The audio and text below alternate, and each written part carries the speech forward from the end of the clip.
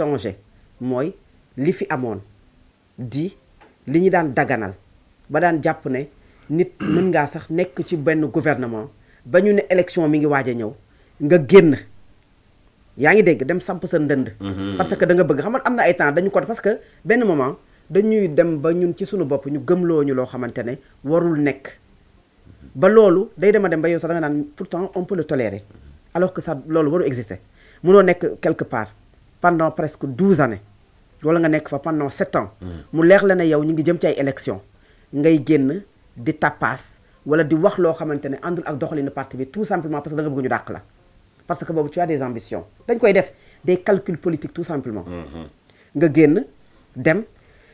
ci beneen coalition boo xam ne tey jàpp nga ne coalition bi le président de la république mi ngi fa il a son décret wala nga jàpp ne parti bii ki fa nekk chef de l'opposition ëllëg yàlla mën na def tey moom mu am dayo boo xamante ne mën na yor réew mi ay calcul rek pas de principe entre 2024 bi ñuy wàcc élection yi nga xam ne Macky Sall nee na da koy dàq ak ne da koy amal def son dialogue baa xam nga ne ci 10 jours yooyu yow ñi ñu xam mooy ñu siiw ñi mais ñi adhéré ci mouvement Diomaye président kenn xamul nu mu toll parce que boobu xool dañ doon natt dañuy observer dañuy natt xool xam ne fii la balance bi gën a jóge ñu daal ne nañu daw foofu tout en sachant que ne yow boo yóbboo say CV xëy na mën nga am recrutement mais bi ñuy door a fallu même ci biir coalition Diomaye président dañ doon dajale CV yi pour di ko joxe pour tànn fa parce que jàpp nañu ne ñoom ñi nga xam ne ñooy woy politique yi ñoom ñoo am mérite alors que y a des Sénégalais yu ami diplôme jàng ñu war cee mën a tànn pour ñu jiite réew mi ascension sociale la ñu def politique bu Sénégal et loolu nag sénégalais yi nangul leen ko bu baax a baax nit dañ lay nommé ci décret nga nekk directeur général sous Macky Sall nga xëy suba teel gis la coalition Diomaye président nga jàpp ne yow da ngaa frustré frustration boo xam ne moi je suis sûr et certain que si Macky Sall était président là jusqu'à présent sa frustration boobu du feeñ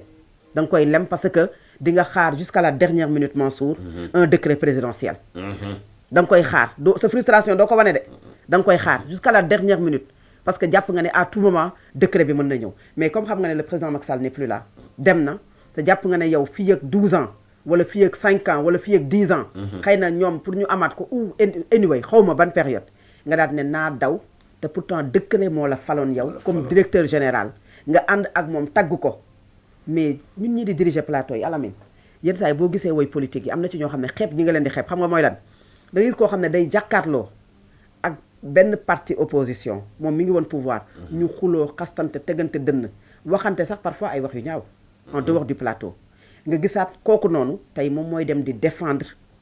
la coalition Diomaye président jàkkaarloo ak ki nga xam ne moo nekkoon Pastef alors que yow il y a de cela presque 1 an yow yaa leen dajale ci plateau ou 2 ans yaa leen dajale ci plateau ñu xuloo ñu xeex man gis naa ci jataay boobu ñoo xamante ne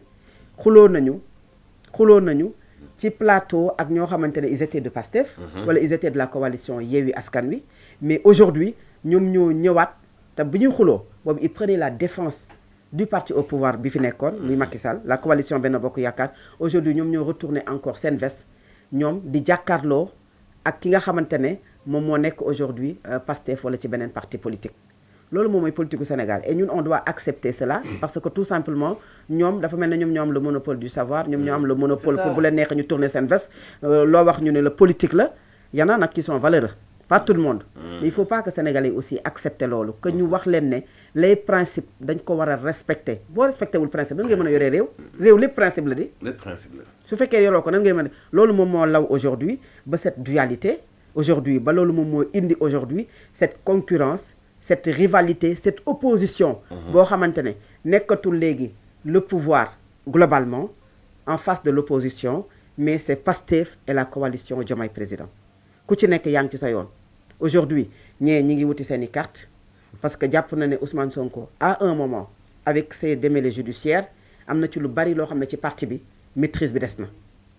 parce que pendant presque 2 ans 3 ans c'est Bassirou Diomaye Faye moo doon gën di tukki moo doon gën di dem kay passeport am del nañu ko demul aujourd'hui il veut reprendre les choses en main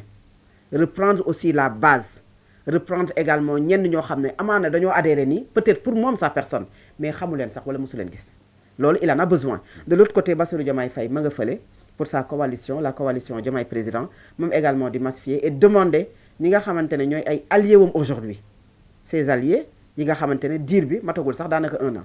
mu ànd ak ñoom pour wax leen ñu dem ci ville yi village yi pour wuti pour lan élection présidentielle tout en sachant que am na ci ñoo xamante ne ñu ngi ci ñoom tey te ñoom ñoo jàkkaarloo woon ak moom ci ay élection yoo xam ne dafa mujj léegi politique gu Sénégal noonu la war a demee moo tax ma ne les Sénégalais et je le répète ici tout le temps amuñu njiit yoo xamante ne ñun mérito nañu ko maanaam ñun on mérite plus que ce que nous avons aujourd'hui parce que des jeunes se sont battus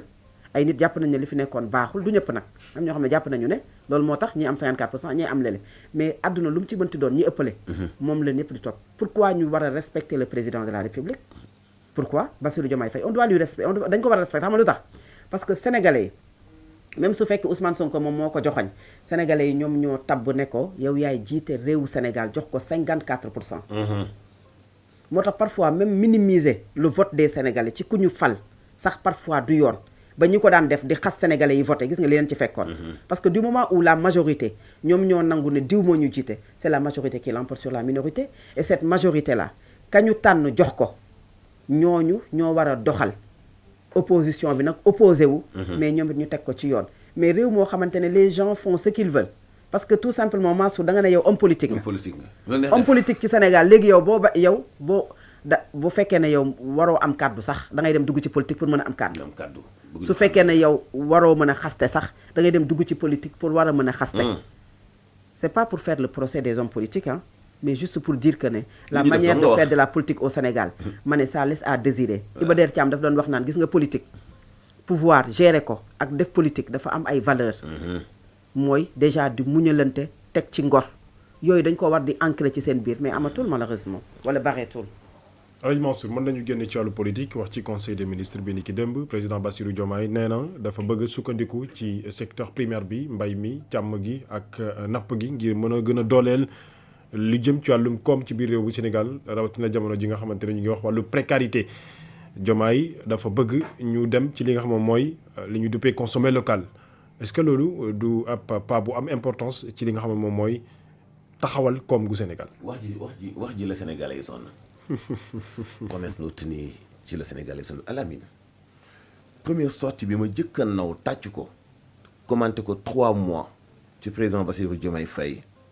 mooy bi mu nee dama bëgg une connexion durable diggante primaire secondaire tertiaire et comment daf ko expliquer clairement mu ni tey secteur tertiaire bi nga xam ni muy dundal presque 30 et quelques % ci population bu Sénégal ñooy séddoo daanaka li ciy jóge te daanaka moo englobé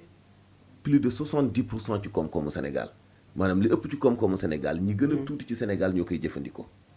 secteur primaire bi nga xam ne moo boole presque 70% ci population bi